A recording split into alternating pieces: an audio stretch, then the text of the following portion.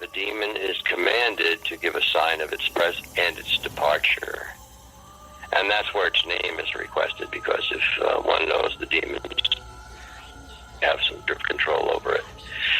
And yes, there have been times where either through the person or just an audio phenomenon, suddenly we hear that name uttered. We should talk about this film. It brings back bad memories. Really? Why is that? Of all the films I have ever made, that was the worst one to get through.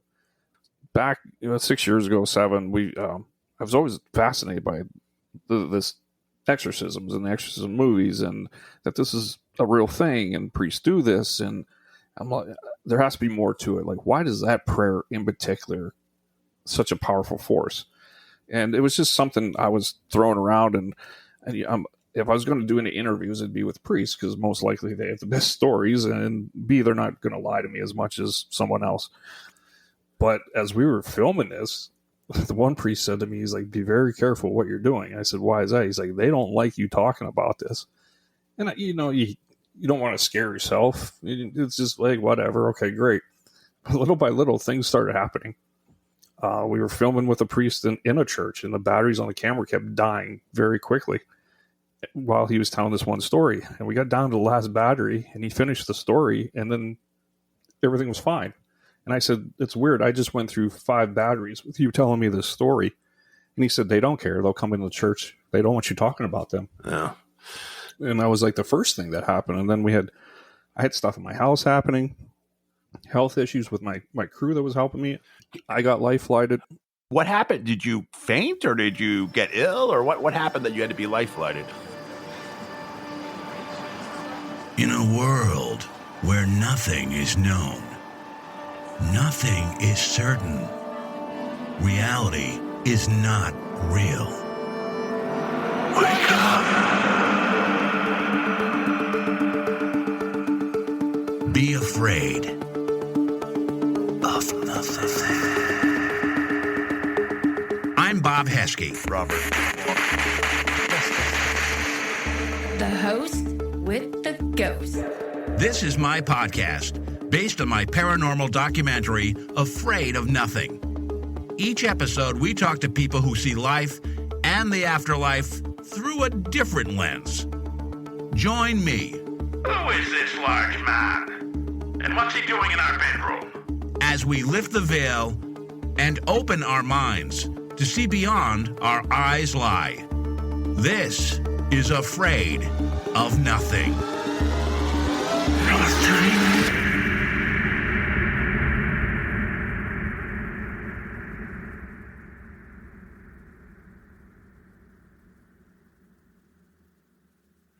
Well, I'm here with a very cool guest, another filmmaker, and I would say a prolific indie filmmaker. His name is Ryan Cavalline, and I came across Ryan basically on a documentary he did probably about 6 years ago. It was called The Exorcism Prayer, and I thought it was good. I liked it, and I wanted to talk to him about it, but he has done so much more than that, crossing genres from documentaries to horror to comedy to just a wide range of things, but I'll let him tell you about that. I'll just say, Ryan, welcome to the show. 1,000 thank yous for having me on. I appreciate it. I've had really bad experiences, quite frankly, with distributors. I don't know what your experience has been. I made one film with a very bad experience, and then I made another one where it wasn't bad, a documentary. So I've made like a drama and a documentary, and it seems like you do that too. So I guess my question is, which do you favor more? Which do you enjoy making more, the documentaries or the feature films? I'm kind of on the fence because it just depends on my mood, I guess is the best way to go. Like I'll do a couple horror movies and I'm like, yeah, and then a topic I really like will hit me. And then I'm like, yeah, let's go make this now. So it just depends what part of the roller coaster I'm on. And then I just kind of go with whatever I want to do. What does Ryan want to watch? And I'll kind of run from it from there. So when I made like a feature, I did it probably too quickly, my first one, but came out well, but it was like 6 months of pre-production, and then we filmed it, and then I was in post-production for 2 or 3 years by the time everything got done. So what's it like for you in the filmmaking process? How much time do you spend in pre-production, planning it out, fleshing out a script, or if it's a documentary, kind of the story beats? And then once you film it, how many days usually do you film for a feature? And how long are you in post-production? It's a complete mess from start to finish. So sometimes I usually have 2 to 3 projects going on at the same time, and then we might be writing another one on the side. So it's constant chaos. So like we'll just start with a script and start working on it, bang it out as quick as we can. Like a lot of my stuff's based on folklore, so I kind of have a premise already, so it's easy to kind of flesh the rest out. But then we'll take a couple months to get the writing somewhat decent, and then we shoot. I shoot quick, like maybe 10 to 15 days, but they're not all in a row because all of us still have day jobs. So we might be shooting one, we might be shooting another one at the same time. If documentary stuff, if there's just an interest we have somewhere else, we'll go and do interviews. So we have complete chaos going all the time, but at the most maybe 6 months to edit. But we might be editing 2 films at the same time. It's chaos. That's the best I can. Wow. And do you have one distributor that you like using? Because I've made 2 films and I've had the last one wasn't that bad. The first one was not good at all. Have you kind of been burned by distributors in the past, or have you found one that works really well for you? Back in the day, back in 2000, yeah, we got burned bad. It didn't matter where it went. You're going to get burned. And we kind of really gave up on using distributors, but then streaming hit more and was working well for filmmakers. And I worked with a couple other filmmakers, but we're kind of band together for a while, and we were putting films out together as a group. But I've worked with another distribution over the years, has been very well to me. I get checks, I'm happy. And recently I've kind of jumped into it myself, just learning distribution better and just kind of cutting out the middleman a little bit, but I still use some distributioners from other stuff. So I kind of keep my feet in a couple of different ponds. I just, here and there, I have a couple other groups. I do just strictly DVDs with them, no streaming. So you got to kind of cut it up a little bit. You don't have all your eggs in the same nest. You just kind of have to have them sporadically everywhere. And do you have a formula that works for you? Do you actually make money off of your films? Because you have a bunch. You've made, I don't know, how many films have you made total? It's probably it's between 20 or so, or yeah, we're probably pushing 25 now, I bet. Wow. Good for you, man. God. We've been fortunate enough. I mean, we've been very fortunate enough that every film we've made, like within the year, we're making money back. So every year, the money we're making back is enough money that we go make another one. And it's been just a round circle that just keeps going and going. I mean, we still all have our day jobs. It's not our primary income, but I mean, we're making enough off the films that we can go make more films. And we keep their budgets low. We know what we make. We're not trying to fool anyone. No, that's great. I mean, and like I said, I mean, you pretty much are prolific. You make films every year, it seems. So let's start with, you're located in Pennsylvania, and folklore is very much a driver for the stories that you tell. Mm-hmm. What is it about where you live and the folklore there that really draws you to create as many films as you do? Well, back in 2000, we were doing a lot of slasher type films because that's what the distributioners wanted. We really got burned out on it, and I left for a little bit and decided I was going to do something just different. And I came across Bigfoot. Bigfoot wasn't as popular as back then as it is now. And I made a documentary on Bigfoot, and it just kind of lit the fire. But there's all these great, crazy folklore stories in all these states, but Pennsylvania especially. So I dived into it, and there was just so many great stories. Even now, I'm still finding more stories, and I've kind of branched off into other states and finding their grisly, creepy folklore. And it's, to me, it's cool because it's kind of based on something. You know, that folklore came from somewhere, and it's kind of easier to make a synopsis out of it and make a movie out of it if it, the baseline's already there. Just kind of run with it a little bit more. So Myths and Mutants was a film we did that was all Pennsylvania folklore, and it came out very well. It's one of our better streaming films, and I contemplate making a sequel at some point. Yeah, and so where are you located? You're located in Pennsylvania, right? Do you want to give us kind of a viewpoint of, are you like in the backwoods, or are you in a place? For example, I'm in Massachusetts, right? And in Massachusetts, there's a place called the Bridgewater Triangle, which is supposed to be an area that has a lot of paranormal activity. And right next door to me, there's a place in Leominster called Monsterland. There's a guy named Ronnie LeBlanc who was on Expedition Bigfoot. He comes from there, and he's, he wrote books about that. And even in like New Hampshire, heavily wooded, there's a lot of like kind of cryptid tales up there. So where you are, is it very suburban, heavily forested, not urban at all? Or what is the area like where you grew up? We're pretty much in the mountains of Pennsylvania. We're northwest. I'm probably about 2 hours to Pittsburgh, 3 hours to Erie, kind of almost near the New York border. So there's nothing here but trees and hills.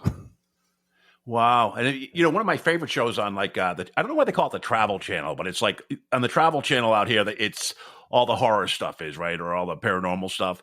And they had like Terror in the Woods or something. That used to be one of my favorite series because there's people in the woods that had, these strange encounters. You've made these films and you've done a lot of research. What has been your experience? Have you had any paranormal experiences or a very close friend that had something that kind of inspired you? Not so much people in the woods, but I did a lot of research on that. There's so much great stories out there about the Appalachian Trail and hikers going missing. And there was a folklore story here in Pennsylvania about the albino cannibals, which were these crazy inbreds that lived up in the woods. It reminds me so much of the Texas Chainsaw stuff, and that's one of my favorite films. So, and then we made another film called Guts on the Chainsaw, which was, again, based on albino cannibals. And there's just so much creepy stuff out there if you just dig it up a little bit. I mean, I think there's more horror that I've read than I've seen on screen. So I highly advise everyone just to look into your own state and see what creepy stuff there is. I'm sure there's all kinds of good stuff, Yeah, it would surprise people. I mean, it's funny. I moved to a town called Westminster, and right next to it is a town called Gardner. And I've said this on the podcast a few times. 2 miles down the road is one of the most haunted houses in the country. It's been on like the Travel Channel. It's been on like, Most Haunted. And every ghost hunter, paranormal investigator has been there. It was renovated a couple of years ago, and actually it's up for sale now. It's up for, if you have $1.2 million. Ouch. But yeah, it's when you open your eyes, you find that, there's a lot of stuff around you.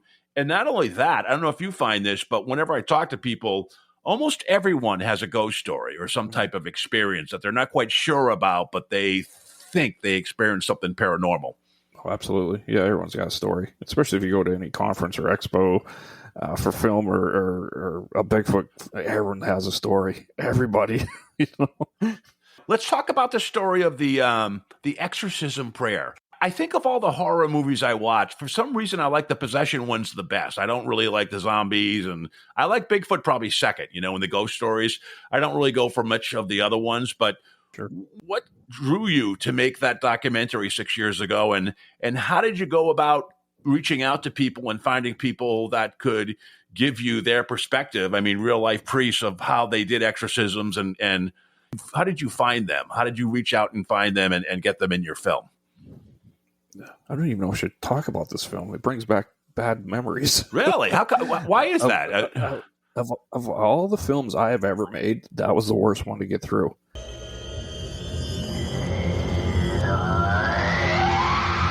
Because instantly her legs went up from the edge of the bed, and she rose up levitated off of the bed, and her whole body was as something had dragged her or smashed it against the headboard.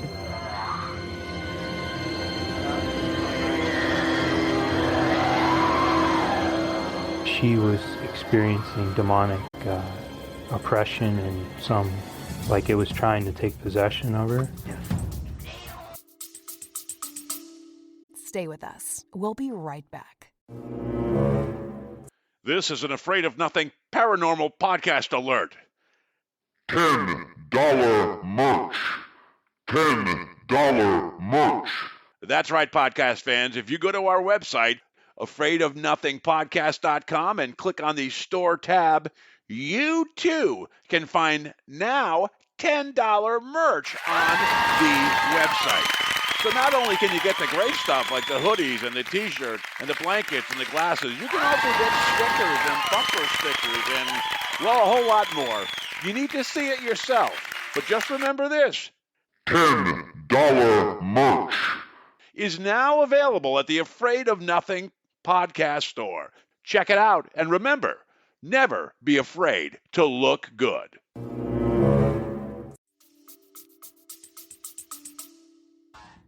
back 6 years ago, 7, I was always fascinated by this exorcisms and exorcism movies, and that this is a real thing, and priests do this, and I'm like, there has to be more to it. Like, why does that prayer in particular such a powerful force?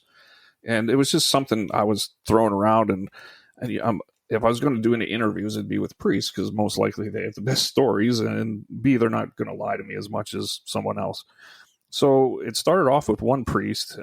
His name was Reverend Robin Swope, and he was out of Erie. So we go up, do an interview with him, and he's like, hey, you got to go talk to this guy. So he'd give us another priest, and we'd go and interview that guy, and hey, you got to go talk to this one. So it was like a domino effect right down the line of priests that had done.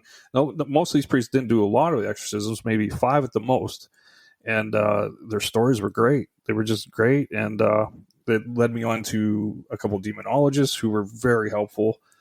But as we were filming this, the one priest said to me, he's like, be very careful what you're doing. I said, why is that? He's like, they don't like you talking about this. And you don't want to scare yourself. It's just like, whatever. Okay, great. But little by little, things started happening.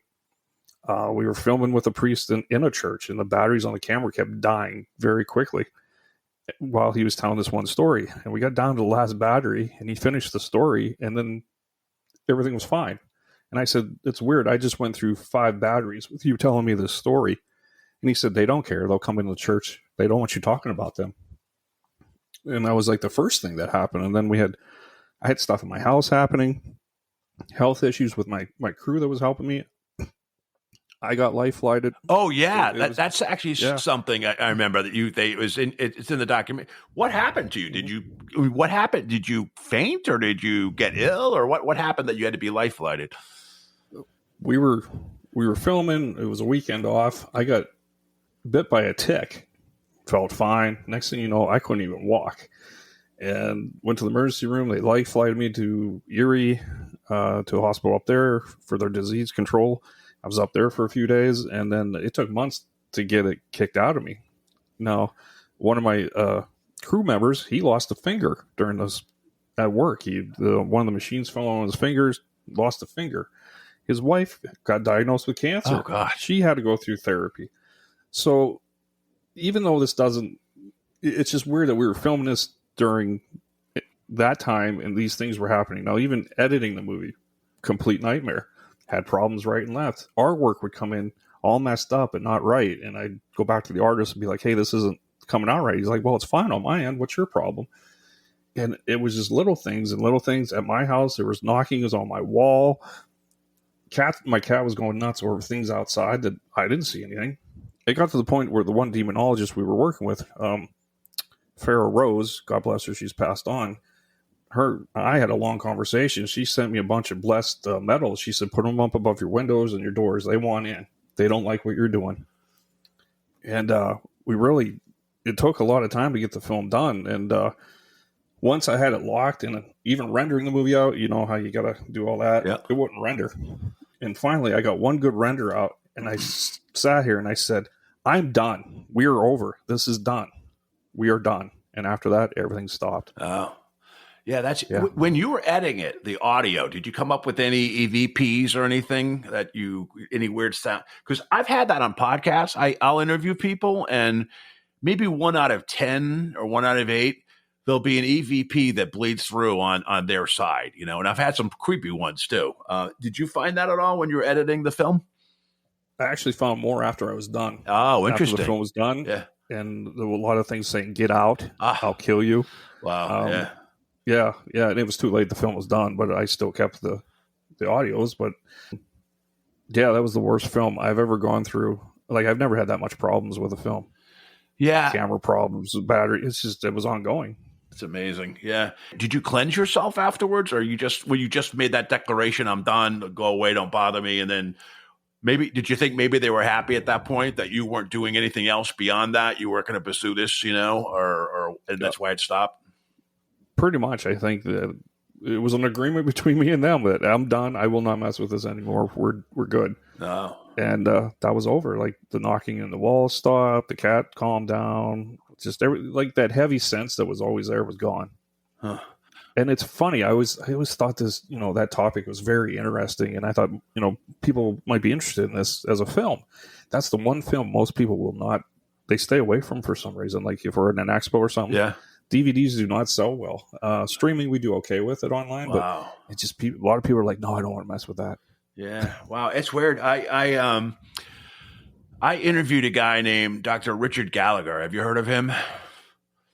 I believe so. He wrote a book called Demonic Foes, and he's the guy that the priests bring. He's a psychiatrist, and so he's the one that all the priests bring the worst cases for. You have to the church makes you go and have a medical clearance or have a psychological evaluation to see if it's not mental health or whatever. And he was the guy that dealt with some of the worst cases, and he's been doing it for like 25 years. So he wrote this book called Demonic Foes, and actually, one of the ones in his book, his most extreme case, Blumhouse Ghost House Pictures, BH Blumhouse Films or whatever, they're making a film out of that one. It's just crazy story. I won't go into it, but it's actually on. That was I don't know if you're staying away from it totally, but if you did have interest to go back, there's a book called Demonic Foes, and Dr. Richard Gallagher, yeah, he had a crazy story he had several ones, but this one in particular, I forget the name he called her, Julia, I think he called her, but that was not her real name. And just, this person that was in this like satanic cult and had these crazy things going on.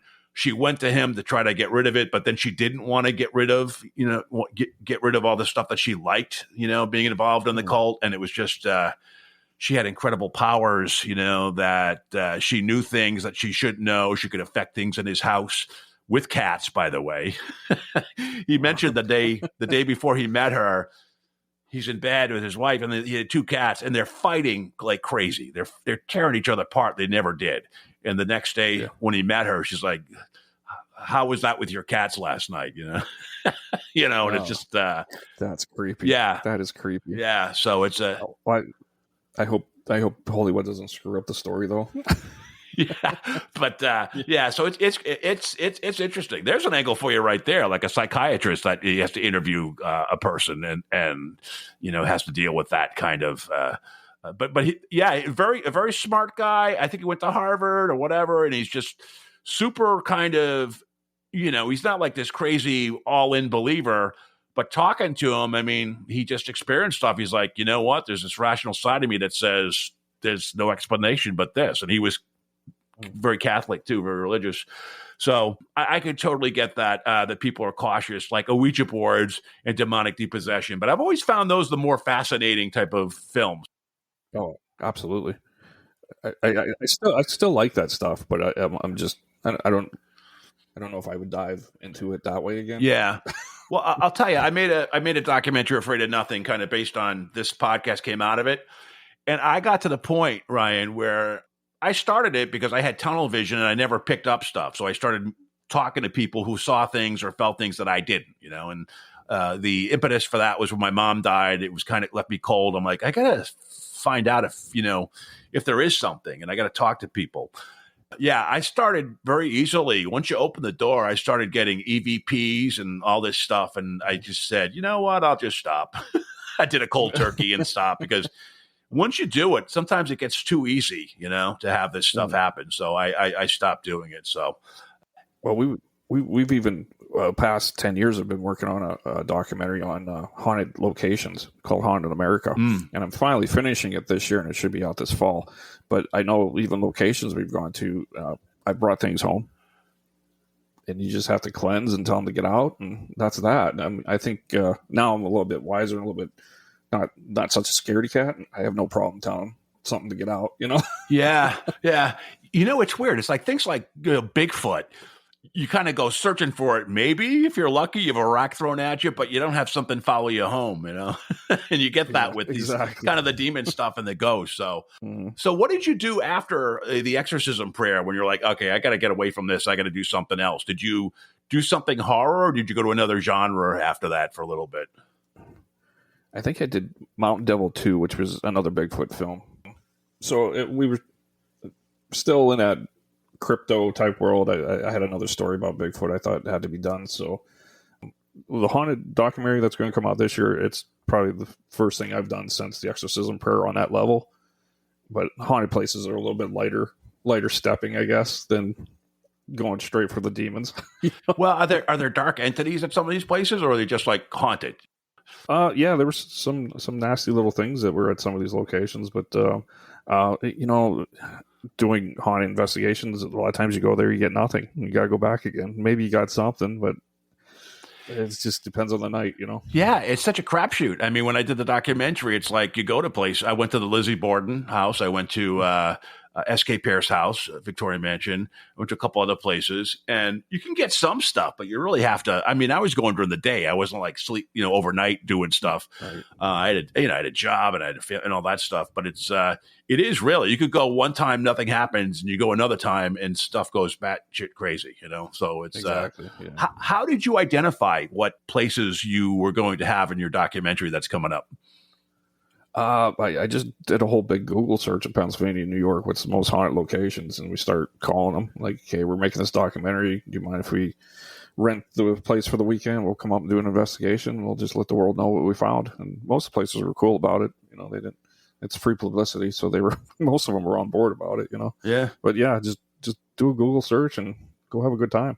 So, how many places are going to be in it? It's a documentary, right? How many places are going to be in it, roughly? I think we got about 8, 9, 10 roughly. And is it Pennsylvania or Pennsylvania, New York, or Pennsylvania, New York? Like I said, this has been going on for almost 10 years. We'd shoot one a year maybe, or then last year we shot 2, and then I'm like, I think we have enough for a feature. Then we just kept going. So I didn't want to shortchange anyone and make a full length movie, Yeah. Where did you go to in New York, if you don't mind me asking? Because there's a couple places I've been to. I'm curious. Greystone Manor. Okay. Wildwood Sanitarium. All right. And the Hinsdale House. Yeah, I was going to say I interviewed the guy in the Hinsdale House. Yeah, interesting. Yeah. How is it there? How did you like the grounds are supposed to be haunted, on the Hinsdale House, and then it's there's weird stuff happening inside. How was your experience at that place? We had some talking through the ghost box, and those cat lights that light up. If there's energy near it, they'll light up. We had some banging noises, but it wasn't nothing too extravagant. Did you do mostly inside the house, or did you go outside the property at all? Mostly inside. Okay, interesting. All right. Wow. And let's talk about you. Let's talk about some of your more recent films then. What have you done recently? This one's coming up. When is it going to be available, do you think? Is it this year, next year? Haunted America, the ghost one. It should be out this fall, I'm hoping. Oh, that's great. So great a little bit more editing. Yeah. Yeah, well, you come back. Give me a ring when you have it. We'll talk about it. And what other projects are you working on? Because you cross genres. So you mentioned like a comedy. And what are some of the other things you do outside of horror that you've been kind of just checking out, see how you do with it? Yeah, I have this weird little knack in me that I like making these like dark comedy films. Mm-hmm. And I have a couple guys that work with me on those, and they're all into them. So it's kind of like Clerks and SLP Punk and like these dark comedy type films. The one we did was about a couple losers in a small town that are drug addicts, and it's just kind of nice to change up the rhythm of things and not do something so horror, but go have a good time and laugh. And it's a little bit easier shooting comedy films. You don't have to worry about blood, props, etc. So I'm always kind of working on those, but those take a lot longer because we really work on the scripts for quite a while on those. Yeah. And how do you get the talent? Do you go SAG or do you go just independent, non-union? I'm fortunate enough that I have a good crew of people, like a pool of actors I can pull from, but I do use SAG actors from time to time. Just whoever I think's right for a part, I'll go get. So I'm very fortunate, I really am, that I have a good crew of people, a pool of actors I can go to, and that we actually make enough money off these to keep making them. I'm very blessed. Well, it's good. Plus you got a track record. I mean, you've been doing this for over a decade and you've made a lot. And so many people want to make a film. They start and they never finish, and it's just, even just finishing it is just kind of a huge thing, which is Absolutely. A great thing as well. And so I'm sure you kind of have a core group of people you work with, but also they know that you're going to get it out there. It's going to be on IMDb. They're going to get their credit and it's going to be seen. So I'm sure that attracts a lot of people to it. Yeah. I mean, as the filmmaker, I have I think that's my responsibility. These people take the time to work on these, to get it done for them, you know? Now, I heard on a podcast that one genre you like, and I don't know if you've done it yet, is gangster movies. Have you ever thought about doing that? We did a film called This Way to Hell, and it had some gangsterism in there, I guess. Yeah. It was good. It was fun. I've never looked into doing a straight gangster movie, but that's a possibility. And what about serial killers? Is that something you explored too, like where a man is the monster? Have you looked at any of that at all? Not really, only because I try to watch the trends of distribution, what they're doing, and I talk a lot to distributioners, like what's going on, and usually serial killer movies are probably the worst ones. They don't do well. Oh, interesting. So I try to keep it streamlined to what's kind of popular, even though the comedy movies we do, I know they're not popular. I think I just do them out of love. But when it comes to the horror movies, I try to keep it streamlined to what's going on. Yeah. So are you doing like 1 or 2 films a year? Is that your formula pretty much? Well, it depends. If I have one, I'm editing and we're shooting 2. I mean, it could be 2, 3 a year. It just depends how fast I'm moving or how motivated I am at the moment. What about when COVID hit? What did you do during that year? Oh, we did a lot of documentary work then because no one wanted to go out or do anything. That was the best time to go and just interview people. Yeah. You know? Yeah. I mean, I started a life after death documentary then. Oh, interesting. Yeah, it's on my shelf to finish, and it's like another film. It's just I haven't gone too far on it, but we did a bunch of interviews on people that had these life after death experiences, and it was incredible. Yeah, you should get that done because I bet you that will do well. I just had a guy on, his name's John Burke. So my episode, that I last published before this one he wrote a book called Imagine Heaven. And he was on, actually, Angel Studios has a bunch of movies out, and he was on one called After Death. There was a documentary on that. And I got to tell you, I usually my podcasts do pretty well on streaming, audio. And then I tried putting them on YouTube, and I wasn't getting many bites. But when I put that one up, I got like 2,600, which for me was good. For YouTube was really good, So I would imagine that if you finish now, is there more interviews you have to do with it, or you have all the content, you just have to edit that one, or? There's more content I need to get. It's just not enough to be a feature length. Yeah. I always try to make each movie at least 75 minutes, just because I feel like if people are going to buy it and rent it, I want to give them something, not a 45-minute film or something. You know what I mean? I don't want to buy half an album. I want a full album, Yeah. No, it totally makes sense. I think that's going to be, I don't think you would have any shortage of people to interview if you had to add more meat to it. I know just from doing the podcast side of this that there's tons of stories I hear from people who've written books, people who have had experiences, that someone introduces me to them, things like that. There's a lot of content out there. And one of the other ones, I wonder if you've done this, is UFO abductions. Have you done any films on that or thought about doing a script about that? We did a film called Mountain Devil 3, which was another Bigfoot film, but the premise of that was that it's possible that Bigfoot is an alien. So there's a lot of stories about Bigfoot and UFOs being seen at the same time and weird things happening, and there was enough stories and material there that we made a third Bigfoot film, which is Mountain Devil 3. So that's the closest I've gone to UFO stuff. And what is the biggest thing where you live? Is it Bigfoot? Is there what are the ghost stories people talk about the most? Or do they have beyond Bigfoot? Is there like Dogman or something else out there? Or what are the most popular cryptids? Well, Bigfoot's pretty popular. Yeah, it's the town next to me over had sightings back in 2013. So that's when I started making the first Bigfoot movie, Mountain Devil. And I spent a lot of time down there, and people were seeing something running across the road in the middle of the night, and hopefully it wasn't someone in a costume, but it was a good time, and it was fun. Yeah. And what are your beliefs about Bigfoot and aliens? What do you think in terms of your research? As many films and people if I've interviewed for Bigfoot, all I can say is that I am a hopeful believer. Do I believe in it? It's slim. I'm hopeful that it's possible and that maybe there's a few out there. Are they in my area? I don't think so. As you keep diving into it, as much that we filmed and interviewed, I mean, there's a few people I truly believed, and I had one experience happen that I can't explain. We had rocks thrown at us in the middle of nowhere. I cannot explain that. And we were literally out in the middle of nowhere. There's no one around us. There's no one even close to us, and something was throwing rocks at us. Can't explain that. Does that mean it's a Bigfoot? I don't know. Until I see it, I can't say it is. So until you find a dead one, I mean, I'm just going to be a hopeful believer. There's a lot of it out here in Massachusetts too, believe it or not. And what always gets me about Bigfoot seems to be this super smart, evasive creature, but yet they throw rocks. You could have some more advanced weapon, that they would, like an arrow or something at you, but they throw rocks. Exactly. Or some pointed tree limbs or something, Yeah. I think the forests are so huge, especially in Pennsylvania. The forests are so huge. I don't think we explore it close enough to even say that we've explored it all. No, not really. If you talk to hunters only go in a few miles. That's nothing. I mean, where I'm at, the Allegheny forest is huge. There's places there no one's probably been to. Yeah, it's like the ocean, right? Like the majority of the ocean has not been explored. You don't know what's out there. And I think that's a great point. I heard you mention that in another podcast that hunters go a mile, 2 miles, but you're talking about hundreds or even thousands of miles of unexplored terrain, So who knows what's out there? So it's amazing. Exactly.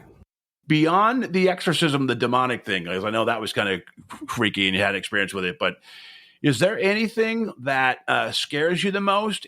And is there anything you haven't done yet that you would love to do and you'd love to explore on a paranormal side? I'd love to get into a good documentary on Ouija boards. Oh, but wow. It's such a fine line about that stuff, and it's who do you interview about that? Who would be an expert on Ouija boards? I mean, that's a tough subject to even dive into. But I always thought a documentary on that I've read enough Ouija board stories and enough watched documentaries, but people have had some crazy experiences with these boards. Are they true? I don't know, but I think it's something to be kind of cool to dive into. But I just don't know where to start with something like that.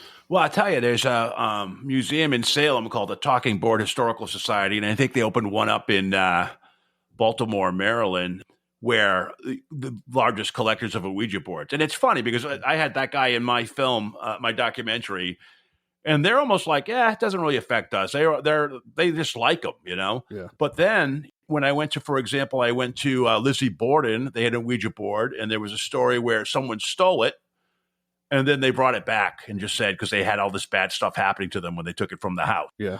And there was in Salem, Massachusetts, from the Talking Board Historical Society, they would get boards. People would send them boards that people felt were possessed, right? Mm-hmm.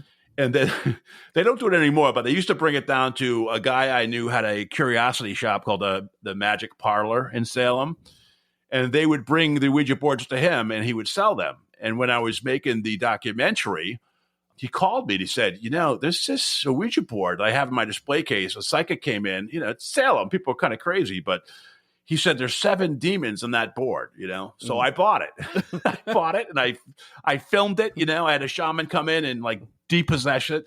And I had it in my car trunk for a while. And when I had it in my car trunk, I was getting the craziest EVPs over my radio, which were actually had in the film. It was insane. And my wife at the time, got divorced, would not let me bring the Ouija board in the house, which was probably smart, So smart lady, very smart lady. Yeah. Yeah. Isn't that crazy? It's just, I've read just so many crazy stories about these boards. I'm like, there's a documentary there. Do you have one? Do you have an Ouija board? Oh, I got like 8 of them here in the house somewhere. Yeah. Oh, yeah. Check out the Talking Board Historical Society. A guy named John Kozik, Kozik. He's an interesting guy. He's really, he knows the history of Ouija boards. Sometimes people just aren't affected by a Ouija board. So some people vibrate. There's another guy that was on the show. His name was Danny Perez, and he makes Ouija boards. And he has a museum in his house of all these oddities. People used to contact him and say, can you get rid of this thing? I can't have it in my house. It's driving me crazy, like a cursed item. And he would take them, and he has like a museum in his house where he lives. But it doesn't affect him for some reason. For some reason, it doesn't affect him. And I think that's with the Ouija boards too. People, I don't know if they vibrate on a certain level or what, or they're just immune to it, But there are some people out there that just aren't affected by cursed objects, where the normal people, like, myself or maybe you are. It's crazy.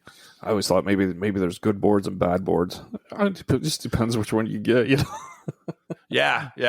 Well, that would be great. I'd love it if you did one on that, because I'm sure there's some great stuff. I mean, even like mirrors, like cursed mirrors, or it's skething or whatever they call it, there's a lot of cool stuff you could do. Seriously, super congratulations for what you do and making films and continue to do it and make money off of it. Do you have a day job besides this, or is this what you do? I do. I do marketing for a company nearby. So they laugh and have a good time when I'm telling them what project we're working on, because the current project we're working on is called The Legend of the Pigman. And like my coworkers are always like, where do you hear this story? What's it about? And like I'm always telling them these crazy folklore stories. Yeah, it's funny. I've been marketing too. I know. It's the only safe place for us. It is. It really is. You can be kind of eccentric about it, But where can we find your films? Is it on Amazon? Is it on Tubi? Where's the best place to follow you and your films? We have them on Tubi. We have them on Amazon Prime. If you want physical copies, you can get them at legendhunterfilms.com. Make a Flix, they sell them as well. Any streaming outlet usually has a couple of films somewhere. You mentioned the haunted houses one. Mm-hmm. Is there one or two films that you want to kind of promote right now that people should check out? Sure. Right now we just released The Devil's Hacksaw. That is on Amazon Prime. This Way to Hell, that's on Amazon Prime, just came out. And right now we're working on Hans Trap, the Cannibal Scarecrow, which is a great folklore story from Germany. Wow. If you ever have time, look it up. It's crazy. And another folklore story, The Legend of the Pigman, which is based up in New York. So have you ever thought about making a book, or mostly just documented these things on documentaries or folklore-inspired movies? That's kind of the whole theme of Legend Hunter Films is, with folklore and crazy stories. And so everything's film. I wouldn't know where to start to write a book. If you didn't live where you live now in Pennsylvania, what other part of the country that has crazy stuff going on would you like to be in or visit? I'd love to come up to Massachusetts. That'd be great. Yeah, Salem's good. Yeah. Come up this fall, man. It's good. It's a good time. Yeah. And there's actually a lot of good places around there. If you get a chance, there's a documentary called The Bridgewater Triangle. Have you heard of that? I've heard of it, yes. Yeah, that's on Tubi too. That's an interesting one. Check that one out, because that's a pretty interesting one. But yeah, we'd love it. Come up to Massachusetts and maybe we can show you a couple places. That would be great. We'll put that on our to-do list this year. That's awesome. Yeah. All right, Ryan. Yeah. Thank you so much for your time. I wish you ongoing success with this stuff. And I got to tell you, the Exorcism Prayer, is that on Amazon? I saw it on Tubi. Is it just on Tubi, or is it on Amazon too? It's on Tubi. It's on a couple other streaming outlets, I think. I don't know off the top of my head, but a lot of our stuff's streaming. You can find anything somewhere. So when you watch that movie, I don't know if you've watched it since it's out there, did you hear some of the EVPs when you watched it on like Tubi and that other people don't notice, or was it just in post-production that you heard it?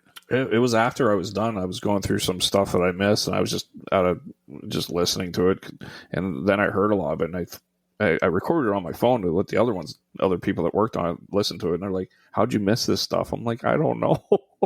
I think maybe they didn't want me to hear it. I don't know, but it was pretty dark, nasty stuff. I'm like, wow. A few times you hear like an animal growling. That was the biggest one, just growling. Wow. I don't know where. You know what happens? It impregnates itself. I don't know if that's the right word.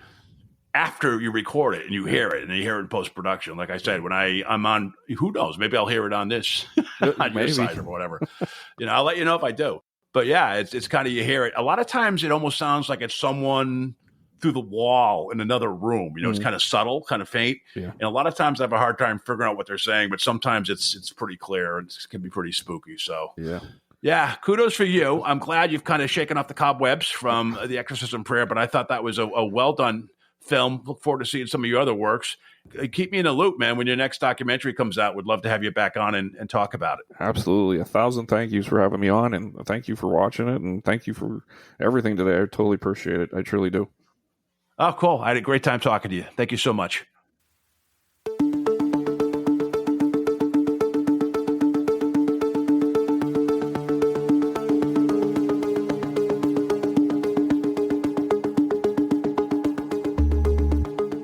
You've been listening to the Afraid of Nothing podcast. Please subscribe and like us on Facebook. Until next time, stay scared.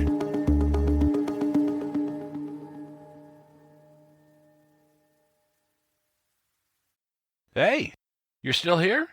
Great. Then why not listen to another episode? Visit afraidofnothingpodcast.com to peruse all the shows. That's afraidofnothingpodcast.com. And while you're there, click the coffee cup icon to buy me a coffee and leave a review. I'll give you a shout out in an upcoming episode. And the world will know how swell you are.